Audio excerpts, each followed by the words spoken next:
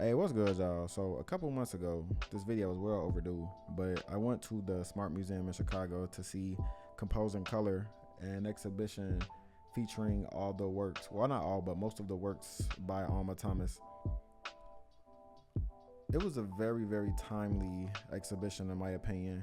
It debuted about 10 days before the Artemis space launch, and maybe 2 weeks before they showed us those images of the dark side of the moon. It was a timely exhibit because part of Thomas's subject matter was centered around her fascination with space and her desire to visualize black people in the future. But we'll get to that later. So a brief background about Alma. She was born in Columbus, Georgia at the end of the 1800s, and she moved to Washington, D.C. after several instances of racial violence occurred in her hometown. After moving to D.C., she was able to tap into her artistic side a little bit more. There were resources for African Americans who were interested in things like the arts and literature. She was the first graduate of Howard University's art department, and she would go on to continue teaching art in the Washington, D.C. area for the next 35 years before she decided to become a full-time painter. She decided that it was time to become a force in the abstract art world in her late 60s, and she did just that.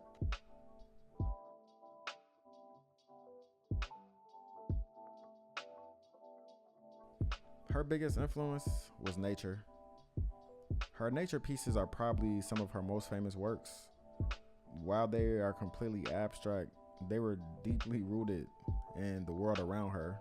Rather than painting overt images of trees and flowers, she painted the sensation of them, capturing the way that the light hit, the way the wind blew, and particularly what time of year it was. Around this time is when she developed her own unique style, and they were coined as the Alma stripes.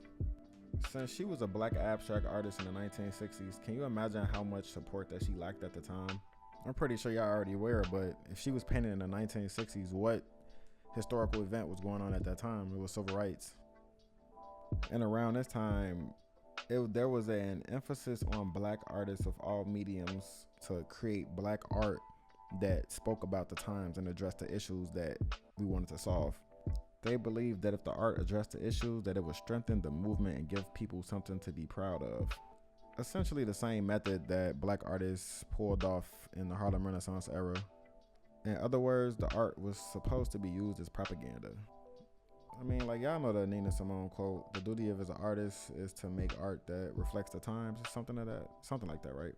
It's interesting because Alma, she considered herself to be apolitical. And this isn't one of those "I'm not a black artist, I'm an artist" type of things. I think she was an early Afro pessimist. Artists that leaned into abstraction in the late 60s, there's a whole black abstract movement in the late 60s, by the way.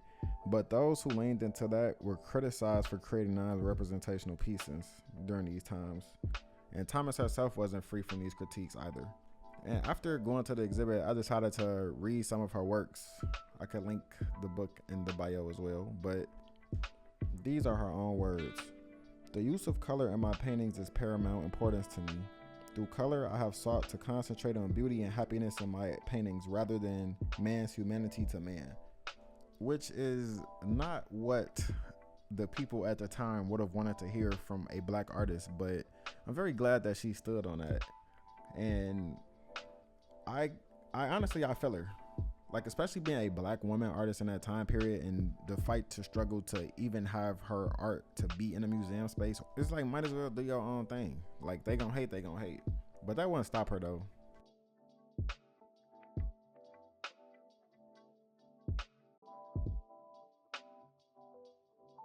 Her next era was centered around space.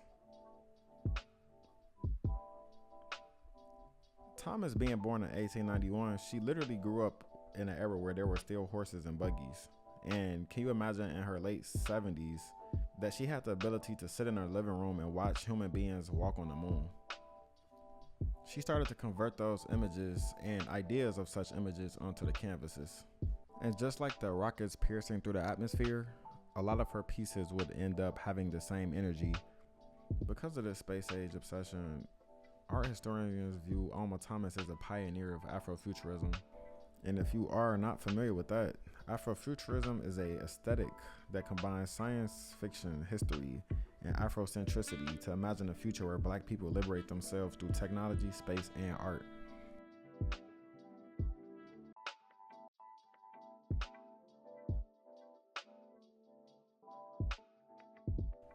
The word Afrofuturist didn't even come about until a few decades later, but its themes and principles are very aligned with Alma Thomas's work. When I think of Afrofuturism, I don't even think of technology. I just think of a place where black folks could just exist and be whatever they want to be without anything holding them back. Not finances, not gender, not race, not nationality. Just existing in a space and place where one can truly be. Thomas said it herself. She said, "I love to be on the moon, to feel beauty, vastness, and purity. Nothing there that was destroyed by a man, no war."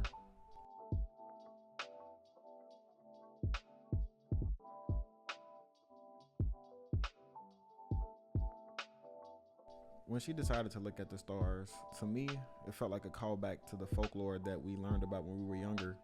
I'm pretty sure some of my black folks remember Follow the Drinking Gourd, or stories about enslaved folks following the North Star to freedom.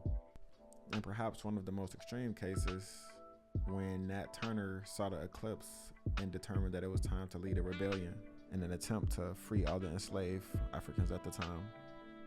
The stars in the sky have always been a motif for black liberation. Swing down, sweet chariot. The timeliness of this show, I don't know if it was on purpose. I don't know if the University of Chicago planned this to come out at the same time as the Artemis launch, but it felt significant due to its timeliness. The echoes of Gil Scott's Heron's Whitey on the Moon most definitely was playing in my head while I was learning about Artemis. But it's real life crazy that we're in another war while trying to send rockets to space, sending rockets to the moon. Wow, it's like record high inflation. They don't have to do anything with Alma Thomas's work, but that's what I was thinking about after I left the exhibit and learned about the Artemis launch.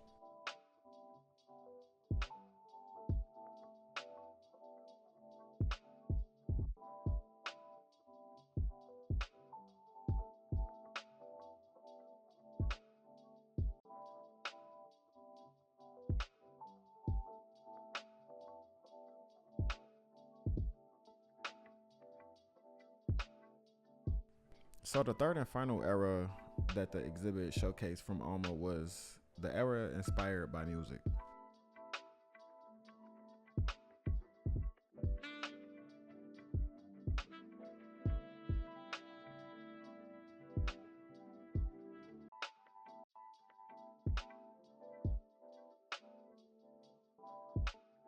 When she would paint, she would always have a radio on, listening to the contemporary tunes of the time.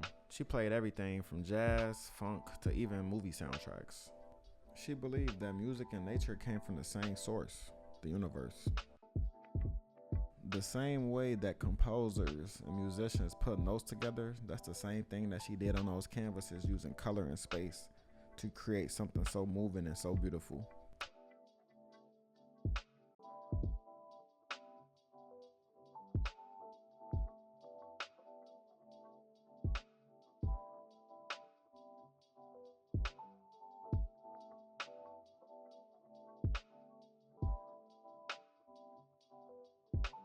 Around that time, she switched up her aesthetic a little bit, and her art started to look like mosaics a little bit, and she would call them herself hieroglyphics.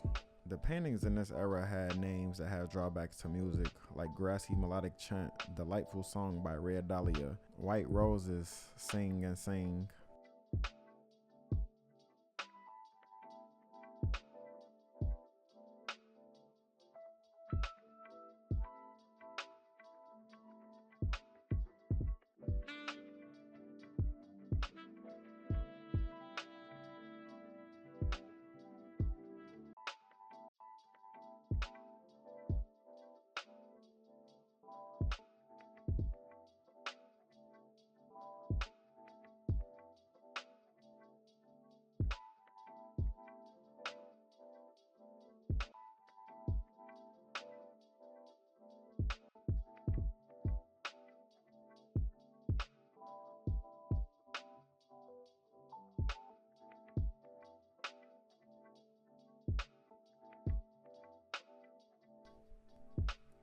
I love Alma Thomas.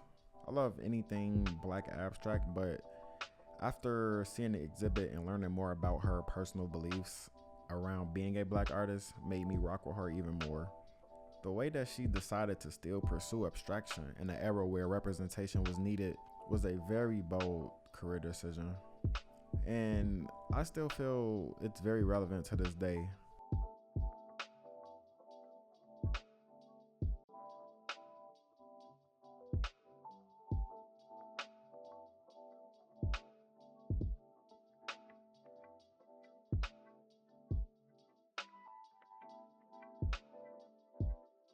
In an era where black artists are often pigeonholed into creating one type of art, she showed that there was no limitations on what black art can be.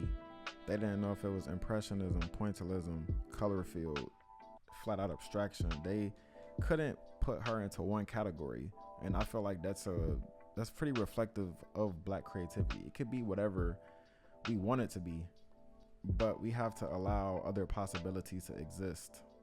And I think Alma did such a good job at showcasing that in her art that artists today can look up to that as a source of inspiration and use that to not be afraid to hop out the box a little bit. Everything doesn't have to be, as she said, a afro or a dashiki. It could be anything else that you want it to be, but it'll still be like black art at the end of the day. So with that said, there's maybe a month left on the exhibit. Go see it if y'all get a chance. It was one of my favorite of all time.